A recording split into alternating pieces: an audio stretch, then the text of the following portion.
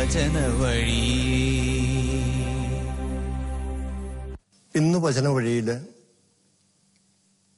നമ്മോടൊപ്പമുള്ളത് ഇരിട്ടിയിൽ കാലാങ്കി എന്ന സ്ഥലത്ത് ഒരു കർഷകനായ മാണി നെല്ലിമല, കിളിയന്ത്രയിൽ ഹൈസ്കൂളിലെ അധ്യാപകനായ ജെയിംസ് ചേരിക്കത്തടത്തിൽ, കിളിയന്ത്രയിൽ തന്നെ ഒരു സർവേയറും കർഷകനുമായ സെബാസ്റ്റ്യൻ കളപ്പുരയ്ക്കൽ. ഇവരാണ് ഇന്ന് നമ്മോടൊപ്പം ഉള്ളത്. പ്രാർത്ഥനയുടെ ചില ശ്രദ്ധിക്കേണ്ട തലങ്ങളെക്കുറിച്ച് ഇന്ന് അല്പം ഒന്ന് ചിന്തിക്കുന്നത് നന്നായിരിക്കുമെന്ന് കരുതുന്നു. നമ്മളെല്ലാവരും പ്രാർത്ഥിക്കാറുണ്ട്. പലവിധ ആവശ്യങ്ങൾക്ക് വേണ്ടി നമ്മൾ പ്രാർത്ഥിക്കാറുണ്ട്. ആരും പറയാതെ തന്നെ ആവശ്യങ്ങൾ വരുമ്പോൾ നമ്മൾ പ്രാർത്ഥിക്കുമല്ലോ.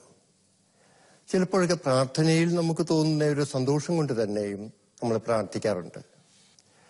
ദൈവവചനത്തില്, ലേഖനങ്ങളിൽ വിശുദ്ധ പൗലോസ്ലീഹ പ്രാർത്ഥനയെക്കുറിച്ച് പറയുന്നുണ്ട്.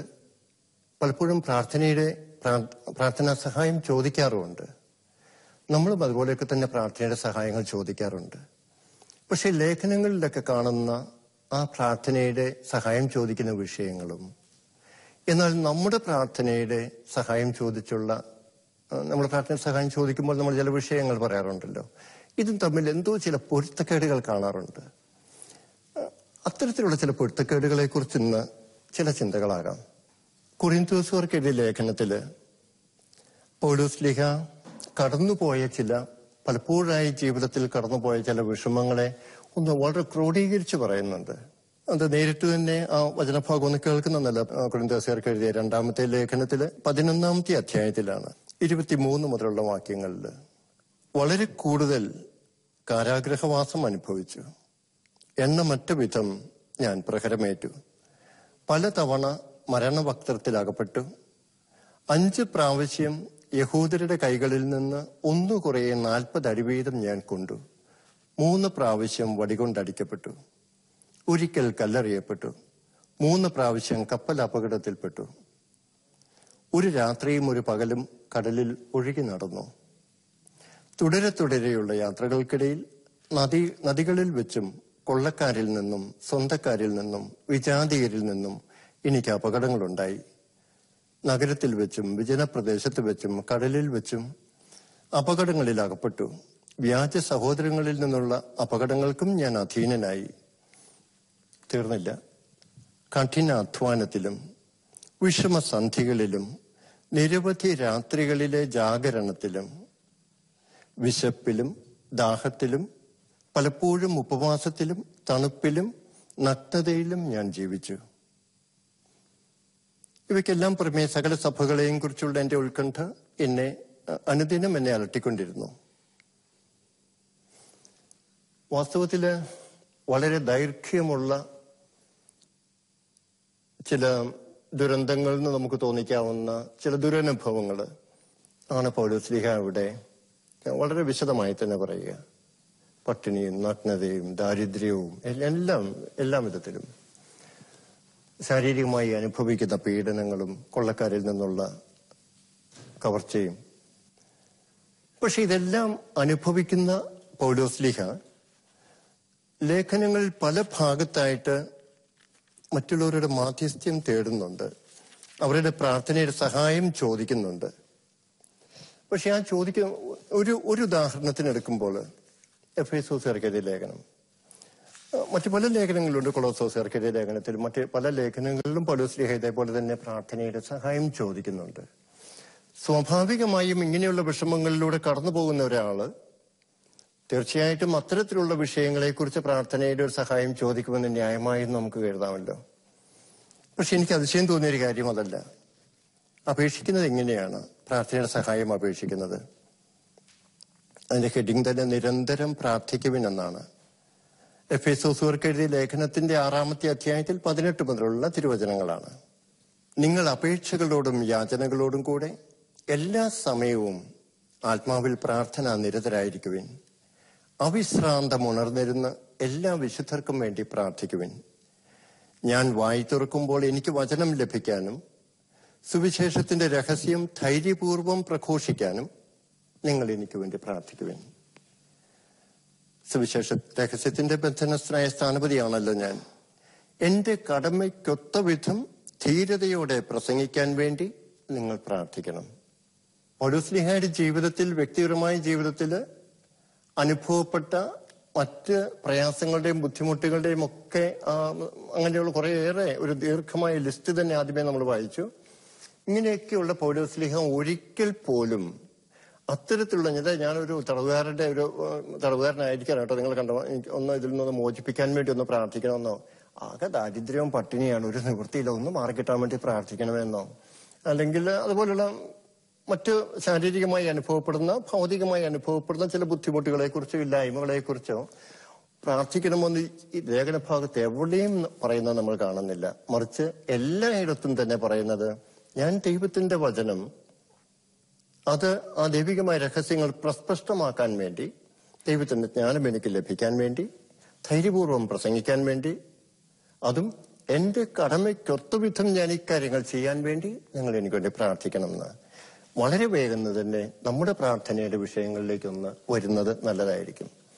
നമ്മൾ പലപ്പോഴും പ്രാർത്ഥിക്കാൻ മറ്റുള്ളവരോട് നമ്മൾ പറയാറുണ്ട്, നമ്മുടെ പല ആവശ്യങ്ങൾക്ക് വേണ്ടി. എനിക്കറിയാം, ഞാൻ എൻ്റെ എന്തെല്ലാം കാര്യങ്ങൾക്ക് വേണ്ടിയാണ് പ്രാർത്ഥിക്കാൻ വേണ്ടി ഞാൻ നിങ്ങളോട് പറഞ്ഞിട്ടുള്ളതെന്ന് എനിക്കറിയാം, മറ്റുള്ളവരോട് പറഞ്ഞിട്ടുള്ളതെന്ന് എനിക്കറിയാം. അതെല്ലാം തന്നെ എൻ്റെ ഭൗതികമായിട്ടുള്ള വിഷയങ്ങളുമായി ബന്ധപ്പെട്ട് തന്നെയായിരുന്നു. ഭൗതിക ആവശ്യങ്ങൾക്ക് വേണ്ടി പ്രാർത്ഥിക്കണം എന്ന് നമ്മൾ പറയുമ്പോൾ നമ്മൾ ശ്രദ്ധിക്കേണ്ട, ഇപ്പൊ നമ്മൾ അപ്പസ്തലന്മാരുടെ വചനം കേട്ടു, ലേഖനത്തിൽ നിന്നുള്ളത് പൗലോസ്ലീഹയുടെ. നമ്മൾ വിശുദ്ധരുടെ ജീവിതത്തിൽ നിന്ന് അവർ പറഞ്ഞു വെക്കുന്ന കാര്യങ്ങളൊന്നും നമ്മൾ ശ്രദ്ധിക്കുന്നത് നല്ലതാണ്. അമത്രേസ്യ പറയുന്ന കാര്യങ്ങളുണ്ട്. അത് സുഹൃതസരണിയില് 1-ാം അധ്യായത്തില്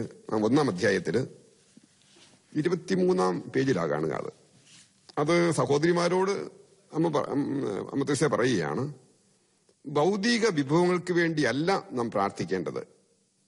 ഇവിടെ ആളുകൾ നമ്മെ ഭരമേൽപ്പിക്കാറുള്ള ചില പ്രാർത്ഥനാ നിയോഗങ്ങൾ അപഹാസ്യമെന്ന് മാത്രമല്ല അപലനീയമെന്ന് തന്നെയും തോന്നിപ്പോകുന്നു.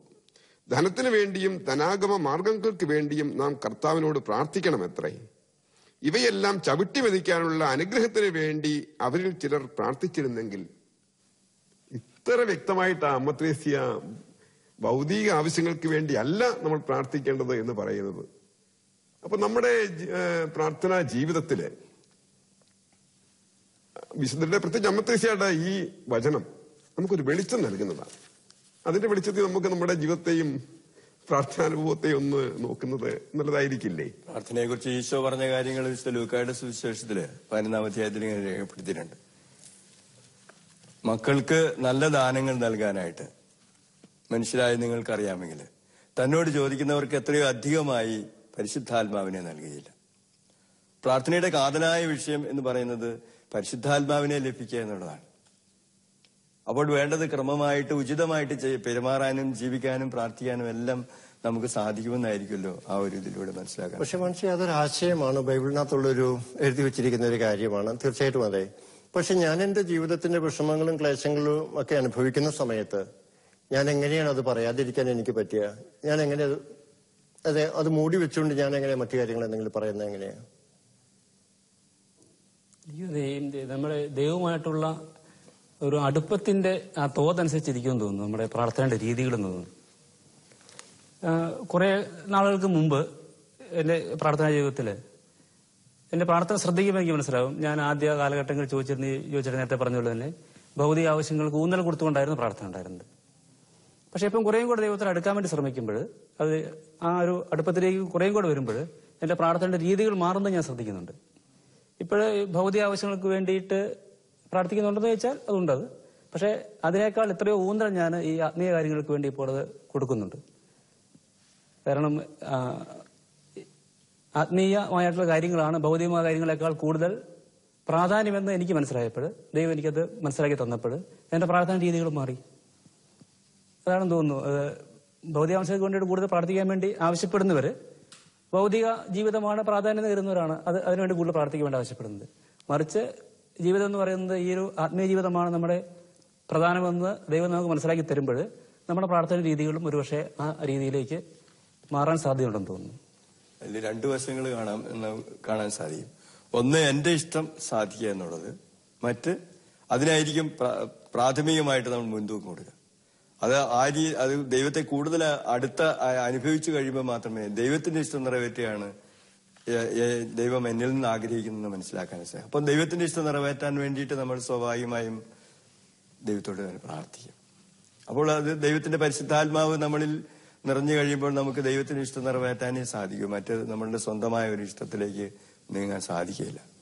അപ്പൊ ഇവിടെ ജെയിംസ് ഇപ്പൊ പറഞ്ഞെടുത്ത് പ്രാർത്ഥനയുടെ ആരംഭഘട്ടങ്ങളിലോ അല്ലെങ്കിൽ ദൈവവുമായുള്ള ബന്ധത്തിൽ നമ്മളൊന്ന് വളരാനായിട്ടൊക്കെ ആരംഭിക്കുന്ന സമയങ്ങളിലൊക്കെ നമ്മുടെ ഭൗതികമായി നമുക്ക് തോന്നുന്ന എല്ലാ വിഷമങ്ങളും നമ്മുടെ ആവശ്യങ്ങളും ഒക്കെ തീർച്ചയായിട്ടും നമ്മുടെ പ്രാർത്ഥനാ വിഷയമാണ് ആകും.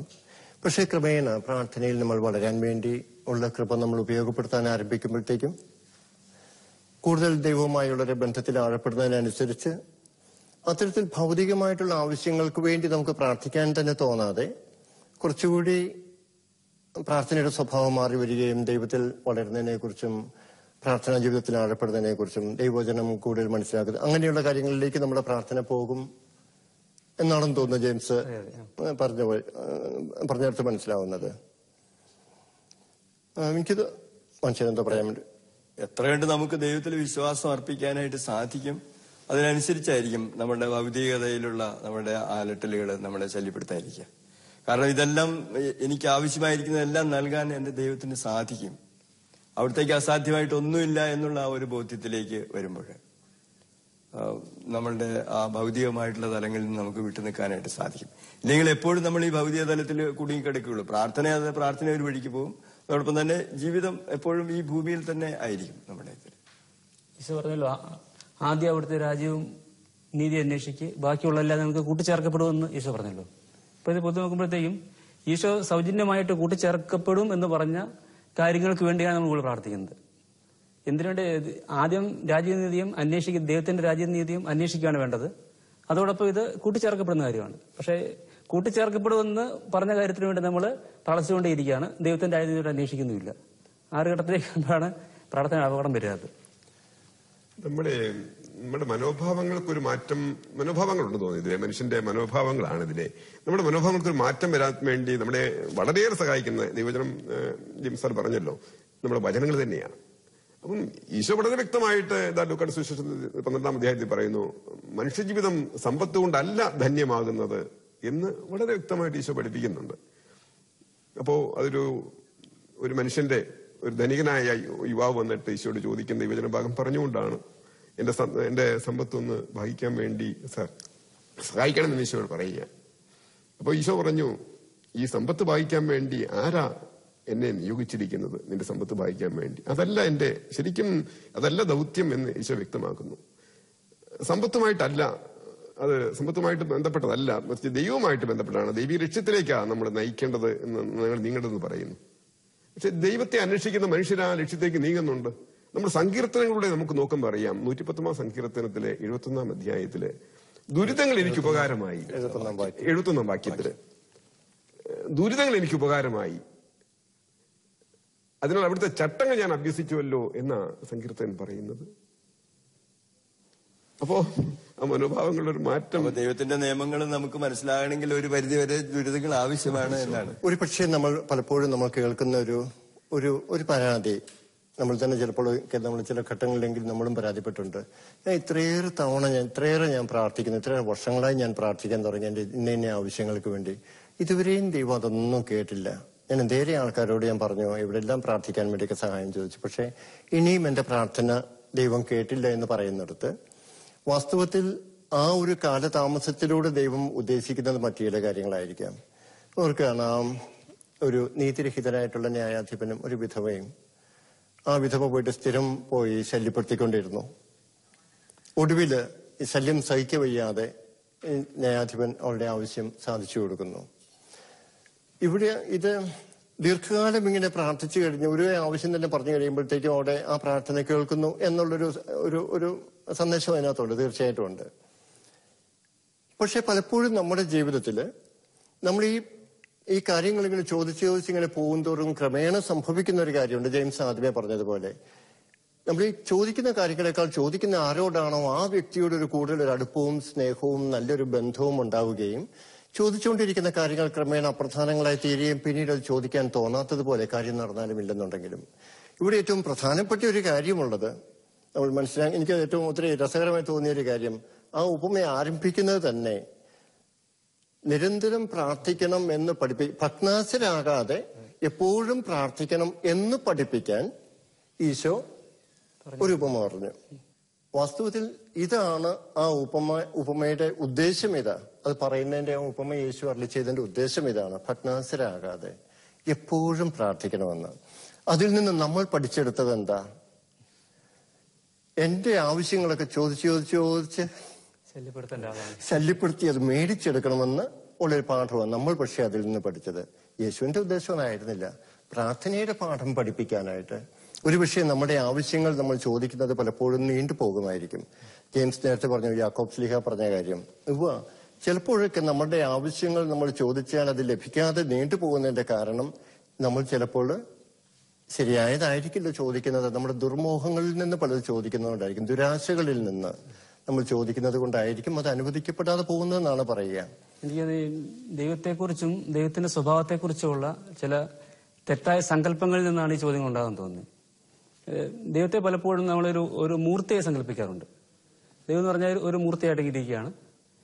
അപ്പം നമ്മൾ ദൈവത്തോട് ചോദിക്കുന്നു, അനുഗ്രഹങ്ങൾ ചോദിക്കുന്നു, നമ്മൾ യാചിക്കുന്നു, ദൈവം അത് തരാതെ പിടിച്ചു വെക്കുന്നു, നമ്മൾ വീണ്ടും ചോദിക്കുന്നു. ഇങ്ങനെ തരാതെ, നമുക്ക് തരാനുള്ള അനുഗ്രഹങ്ങൾ തരാതെ പിടിച്ചു വെക്കുന്ന ഒരു മൂർത്തിയാണ് ദൈവം. നമ്മൾ എന്ത് ചെയ്യണം? ചോദിച്ച് അത് നമ്മൾ ദൈവത്തിന്റെ മനസ്സ് മാറ്റണം. നമ്മൾ തന്നെ ചോദിച്ചാൽ ബാക്കിയുള്ളവരെ ചോദിപ്പിക്കുകയും വേണം. ഇങ്ങനെ എല്ലാവരും കൂടെ ചോദിച്ച് നിർബന്ധിച്ച് പിടിച്ചെടുക്കേണ്ടതാണ് ഈ അനുഗ്രഹം എന്നുള്ള ധാരണ ദൈവത്തെക്കുറിച്ചുള്ള ഒരു സങ്കല്പത്തിന്റെ ഒരു തെറ്റാണെന്ന് തോന്നുന്നുണ്ട്. അതുകൊണ്ടായിരിക്കും ഈ പ്രാർത്ഥന ഈ രീതിയിൽ അങ്ങോട്ട് പോകുന്നു തോന്നാറുണ്ട്. 7-ാം നൂറ്റാണ്ടിൽ ജീവിച്ചിട്ടുള്ള ഒരു മിസ്റ്റിക് ആയിരുന്നു റാബിയ. റാബിയ നല്ല ദൈവാനുഭൂതിയിൽ ജീവിച്ച ഒരു സ്ത്രീയാണ്. പക്ഷേ വളരെ ദരിദ്രയായിരുന്നു. അവളുടെ പല സുഹൃത്തുക്കളും വളരെ സമ്പന്നരായിരുന്നു. റാബിയോട് പറയുമായിരുന്നു, നീ എന്തിനാ ഇങ്ങനെ? അവൾ കിടക്കുന്നത് ഒരു ഇഷ്ടികയിൽ തലവെച്ച് ഒരു കീറ തുണി പൊതിച്ച് ഒക്കെ അവളുടെ കുടിലിൽ അവൾ കിടക്കുന്നത്. പല പ്രശസ്തരായ ആൾക്കാരും അവളെ കാണാൻ വേണ്ടി പറയും, എന്തിനാ റാബിയ നീ ഇങ്ങനെ ക്ലേശിക്കുന്ന, എന്തിനാ ഇങ്ങനെ കഷ്ടപ്പെട്ട് കിടക്കുന്ന, എന്തിനാ? ഞങ്ങൾക്ക് ഇഷ്ടംപോലെ സമ്പത്തുണ്ട്, അത് നിനക്ക് വേണ്ടിയും ഉപയോഗിക്കാനുള്ളതാണ്. റാബിയ ചോദിക്കുന്ന ഒന്നുണ്ട്, നിങ്ങൾ എനിക്ക് തരുമ്പോൾ അത് നിങ്ങളുടേതാ, അവൻ എനിക്ക് തന്നിട്ടുള്ളത്, ദൈവം എനിക്ക് തന്നിട്ടുള്ളത് ഈ ദാരിദ്ര്യമാണ്. ഞാൻ നിങ്ങളുടേത് സ്വീകരിച്ചു കഴിയുമ്പോൾ ഞാൻ അവൻ്റേതിനെ തള്ളിക്കളയുകയല്ല ചെയ്യുക. അവൻ തരുന്നതാണ് എന്റെ ജീവന് ഏറ്റവും ആവശ്യമായിരിക്കുന്നത്. വീണ്ടും റാബിയയുടെ മറ്റൊരു സംഭവമുണ്ട്. മരിക്കുന്നതിന് കുറച്ചു നാൾ മുൻപ് വളരെ ദാരിദ്ര്യത്തിൽ കഴിയുകയാണല്ലോ. വീട്ടിൽ പാചകം ചെയ്യാൻ വേണ്ടി ഒന്നുമില്ല. ഇവള് സുഖമില്ലാതെ കിടക്കുകയാണ്. 2 പെൺകുട്ടികളുടെ സഹായത്തിന് വന്നു. അടുക്കളയിൽ നോക്കിയിട്ട് കറി വയ്ക്കാൻ വേണ്ടി ഉള്ളിയൊന്നുമില്ല. അവര് പറഞ്ഞു, റാബിയ ഉള്ളിയില്ല, നീ നിന്റെ സർവശക്തനോട് പ്രാർത്ഥിക്ക്, അവനെല്ലാം തരുമെന്നല്ലേ നീ പറയുക. റാബിയ ഒന്നും വേണ്ടിയില്ല. കുറച്ച് കഴിഞ്ഞപ്പോഴത്തേക്കും ഈ പെൺകുട്ടികളിൽ ഒരാൾ ഓടി അത്ഭുതത്തോടെ വന്നു പറഞ്ഞു, ദേ റാബിയ, നിന്റെ ദൈവമാണോ കൊണ്ടിട്ടേക്കുന്നത്? ആണ്ട് ഒരു കാക്കോ ഒരു സവോള കൊണ്ട് കൊട്ടയ്ക്കകത്ത് കൊണ്ടിട്ടേക്കുന്നു. റാബിയ അല്പം സ്വരം ഉയർത്തി അവരോട് പറഞ്ഞു, തീർച്ചയായിട്ടും ദൈവം സർവശക്തനാണ്, അവിടത്തേക്ക് ഇതെല്ലാം സാധിക്കും. പക്ഷെ ഒന്നോർത്തോ, ദൈവം ഒരു ഉള്ളിക്കച്ചവടക്കാരനല്ല. അത് വളരെ ശ്രദ്ധിക്കേണ്ട ഒരു കാര്യമാണ്.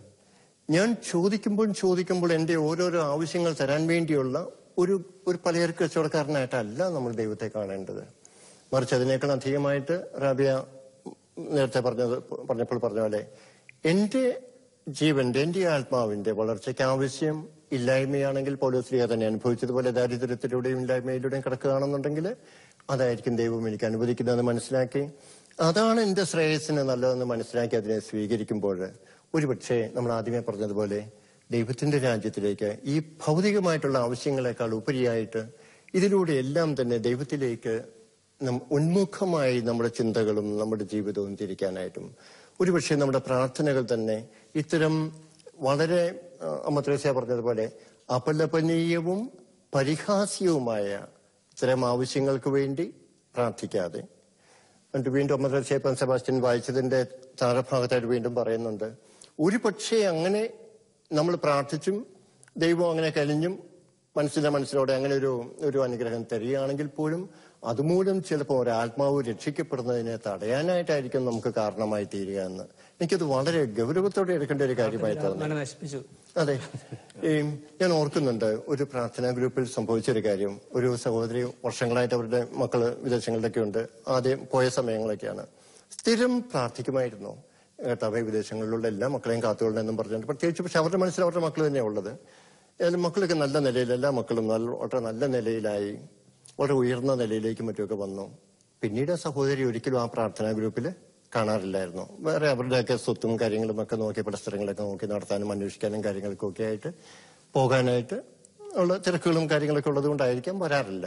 ഞാൻ അമത്രേശ്യ പറഞ്ഞ കാര്യം ഓർക്കും. പലപ്പോഴും ഭൗതികമായി നമ്മുടെ ഓരോരോ ആവശ്യങ്ങൾ നമ്മൾ ചോദിക്കുന്നതിനനുസരിച്ച് ദൈവം തന്നുകൊണ്ടിരിക്കുകയാണെങ്കിൽ എനിക്ക് തോന്നുകയാണ് റാബിയ പറഞ്ഞ പോലെ ഉള്ളിയില്ല എന്ന് പറയുമ്പോൾ ഉള്ളി തരാനായിട്ടും, വസ്ത്രമില്ലെന്ന് പറയുമ്പോൾ വസ്ത്രം തരാനായിട്ടും, വീടില്ല കർത്താവേ എന്ന് പറയുമ്പോൾ വീട് തരാനായിട്ടും, മറ്റു ഓരോരോ ആവശ്യം, മക്കളെ കെട്ടിക്കണം എന്ന് പറയുമ്പോൾ അത് ചെയ്യാനായിട്ടും, അങ്ങനെയൊക്കെയുള്ള നമ്മുടെ ഓരോരോ ഭൗതികമായിട്ടുള്ള ആവശ്യങ്ങൾ നിറവേറ്റി തരാനായിട്ടുള്ള ഒരാളായിട്ട് മാത്രം നമ്മൾ ദൈവത്തെ കാണുകയാണെന്നുണ്ടെങ്കിൽ അതൊക്കെ ഒരു പക്ഷേ നമുക്ക് ലഭിക്കുകയാണെങ്കിൽ ആത്മീയമായി നമ്മുടെ വളർച്ചയ്ക്കായിരിക്കില്ല, അതൊരു പക്ഷേ അമത്രേസ്യ പറഞ്ഞതുപോലെ ഒരാത്മാവിന്റെ നാശത്തിനായിരിക്കും അത് കാരണമായി തീരുക. നമ്മുടെ സമയം തീരുകയാണ്. നമ്മുടെ പ്രാർത്ഥന സഹായം ചോദിച്ച് നമ്മൾ മറ്റുള്ളവരെ സമീപിക്കുമ്പോൾ, നമ്മുടെ വിഷയങ്ങൾ പറയുമ്പോൾ ഒന്ന് ഏറ്റവും പ്രധാനമായി കാണേണ്ടത്, എനിക്ക് നന്നായി പ്രാർത്ഥിക്കാൻ പറ്റുന്നില്ല, ദൈവത്തിന്റെ വഴികളിലേക്ക് എനിക്കൊന്ന് വിധേയപ്പെട്ടു വരാൻ വേണ്ടി കഴിയുന്നില്ല, എന്റെ മക്കള്, എന്റെ സഹോദരങ്ങള്, എന്റെ കുടുംബത്തിലുള്ളവര്, ഞാനുമായി ബന്ധപ്പെട്ട് നിൽക്കുന്നവര് വേണ്ടതുപോലെ പ്രാർത്ഥനയുടെ വഴികളിലോ ദൈവത്തിന്റെ വഴികളിലേക്കോ വരാനായിട്ട് ശ്രമിക്കുന്നില്ല എന്നും മറ്റുമുള്ള ആത്മാവിനെ ബാധിക്കുന്ന, സാരമായി ബാധിക്കുന്ന, നിത്യതയുമായി ബന്ധപ്പെട്ട് നമ്മുടെ കാര്യങ്ങൾക്ക് വേണ്ടി പ്രാർത്ഥിക്കാനായിട്ട് നമ്മൾ ശ്രമിക്കുന്നത് ഏറ്റവും അധികം ആവശ്യമാണ്. ബാക്കിയുള്ള കാര്യങ്ങൾ അങ്ങനെ വന്നു കഴിയുമ്പോൾ, ദൈവത്തിന്റെയും നമ്മുടെയും ഇടയിലുള്ള വിഘ്നങ്ങളൊക്കെ മാറിക്കഴിയുമ്പോഴത്തേക്കും ബാക്കിയുള്ളതൊക്കെ നിറവേറ്റപ്പെട്ടോളും.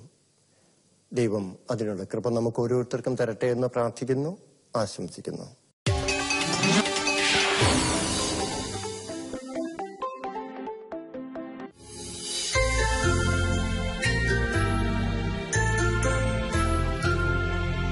താതന്റെ ഏകകുമാരാ